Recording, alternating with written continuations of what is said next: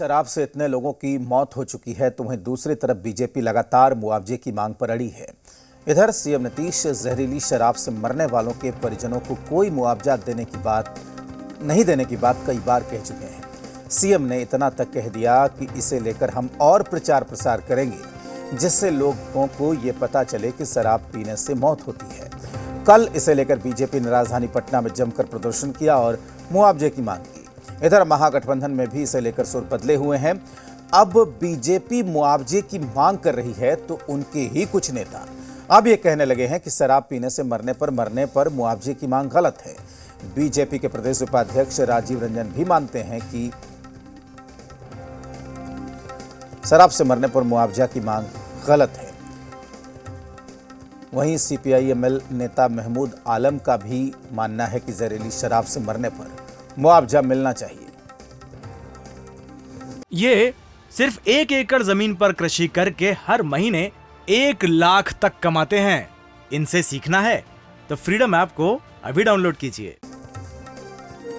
अरे ये देश विरोधी पार्टी है, ये दंगाई पार्टी है, ये भाईचारा को बर्बाद करने वाली पार्टी है। इसके पास और कोई जगह बची नहीं, इसलिए गरीबों के पक्ष में होने का नौटंकी और नाटक कर रहे हैं। ये शराब माफिया कौन है? उत्तर प्रदेश से कौन शराब भेज रहा है? तो बीजेपी वाले भेज रहे हैं और बीजेपी वाला पैसा कमा रहा है। हमने माननीय मुख्यमंत्री से कहा है सर इसकी उच्च स्तरीय जांच हो और जो भी माफिया इसमें संलिप्त है उनकी संपत्ति को जब्त किया जाए, उनकी संपत्ति को जब्त करके इन परिवारों को मुआवजा के रूप में दिया जाए। तो जिस तरीके से मुआवजे को लेकर सियासत हो रही है, तमाम पार्टियों की तरफ से तमाम बातें कही जा रही हैं। अब सत्ता पक्ष ने साफ कह दिया है कि इस तरह की मौकों पर मुआवजे की मांग करना गलत है, जबकि विपक्ष इसे लेकर मांग उठा रहा है। इस पर अब सियासी प्रतिक्रियाएं भी सामने आई हैं, वो भी सुनिए।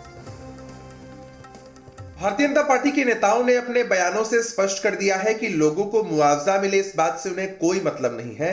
उन्हें तो मुआवजे पर पॉलिटिक्स करनी है। अलग अलग नेता अलग अलग तरह के बयान दे रहे हैं। पहले सरकार से मांग कर रहे थे, फिर कहने लगे कि सरकार को अपने घर से थोड़ी देना है। कुछ नेता मुआवजे के खिलाफ हैं। यह दिखलाता है कि ये लोग राजनीतिक गिद्धों की तरह सिर्फ अपनी राजनीतिक रोटी सेकना चाहते हैं। जो प्रावधान है उसके हिसाब से सरकार मुआवजा देगी, लेकिन आपके आचरण से यह स्पष्ट होता है कि आपकी सहानुभूति संवेदनाएं लोगों के साथ नहीं है। भारतीय जनता पार्टी जिस कानून को 2016 में विधानसभा के अंदर पास करवाई थी, उस कानून में इस तरह का कोई प्रोविजन देने का नहीं था और वही कानून संशोधन के बाद भी अभी तक चला आ रहा है, जिसमें भारतीय जनता पार्टी साथ में थी, नहीं भी थी और साथ में भी थी। तो जब मुख्यमंत्री ने अभी वर्तमान सदन में भी इस बात की घोषणा कर दी है, सदन के बाहर उन्होंने कल एक सार्वजनिक सभा में भी इस बात की घोषणा कर दी है, तो भारतीय जनता पार्टी झूठ मूठ का लोकतंत्र का मजाक उड़ा रही है। माननीय मुख्यमंत्री निर्णय लेने में भी इतनी देर कर रहे हैं, इतना विलंब कर रहे हैं। अगर जो मौतें हुई हैं उसमें मुआवजा मिलेगा कि नहीं मिलेगा, एज पर लॉ काम करना चाहिए। आखिर रोड एक्सीडेंट हो रहा है, गाड़ियों में एक्सीडेंट हो रहा है, तो इसका तो एक पैरामीटर बना हुआ है ना। इसको हाई तौबा मचा करके करना, ये सरकार हर मोर्चे पर विफल है और मुझे लगता है कि माननीय मुख्यमंत्री को रिजाइन कर देना चाहिए, नहीं तो अविलंब बिहार में राष्ट्रपति शासन लागू। ये सिर्फ 1 एकड़ जमीन पर कृषि करके हर महीने 1 लाख तक कमाते हैं। इनसे सीखना है तो फ्रीडम ऐप को अभी डाउनलोड कीजिए।